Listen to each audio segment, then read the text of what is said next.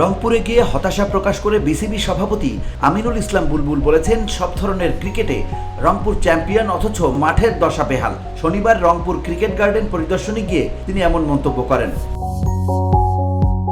এ সময় তিনি বলেন, এখানে হাজার হাজার মেধাবী ক্রিকেটার রয়েছে, কিন্তু তাদের বিকাশের সঠিক পথ আমরা কতটুকু তৈরি করে দিতে পেরেছি আমি জানি না। তার একটা উদাহরণ হলো, এই মাঠেই আমি একসময় ফার্স্ট ক্লাস ক্রিকেট খেলেছি। আমি দুঃখিত বলবো, আজ এসে মাঠের যা অবস্থা দেখলাম, পিচ দেখার সুযোগ হয়নি এখনো, তবে ইমপ্রুভমেন্টের অনেক জায়গা আছে।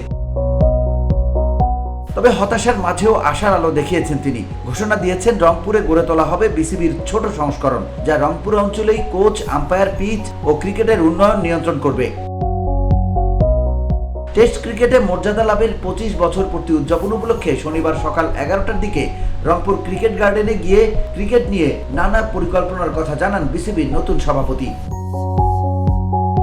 বিসিবি সভাপতি সোজা সাপটা বলেন, ক্রিকেট আর শুধু ঢাকা কেন্দ্রিক থাকবে না, দেশের সব অঞ্চলে ছড়িয়ে দিতে চাই আমরা। রংপুরে এমন একটি কাঠামো গড়ে তুলব যেখানে পিচ, আম্পায়ার, কোচ সহ সবকিছু থাকবে রংপুরের নিয়ন্ত্রণে। একটি ছোট্ট বাংলাদেশ ক্রিকেট বোর্ড এখানে স্থাপন করব, যার কাছে আপনারা আপনার সব অভিযোগ, সাফল্য এবং গল্প বলবেন। তারপর আমরা সরাসরি এখান থেকে শুনবো।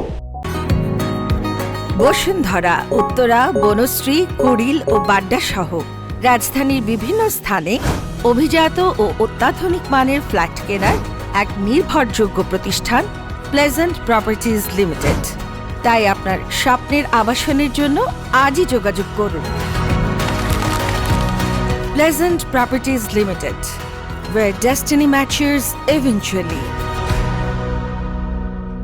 তিনি জানান, টেস্ট ক্রিকেটের 25 বছর উপলক্ষে বিসিবি ক্রিকেটকে ডিসেন্ট্রালাইজ করতে যাচ্ছে। রাজশাহী ও রংপুর নিয়ে তৈরি হচ্ছে একটি জোন। এই জোনেই হবে মেয়েদের ক্রিকেট, প্রিমিয়ার লিগ, প্রশিক্ষণ ও শিক্ষা কার্যক্রম। রংপুর ক্রিকেট গার্ডেনের ফাঁকা জায়গায় দীর্ঘদিন ধরে বড় মেলার আয়োজন হয়। একই সঙ্গে খেলোয়াড়রা এই স্থানটিকে ইনডোর প্র্যাকটিস ফ্যাসিলিটির জন্য ব্যবহার করার দাবি জানিয়ে আসছেন। বাংলাদেশ ক্রিকেট বোর্ড এই চাহিদাকে গুরুত্ব দিয়ে বলেছে, তারা শুধু চেষ্টা করবে না, প্রয়োজনীয় সব পদক্ষেপ নেবে।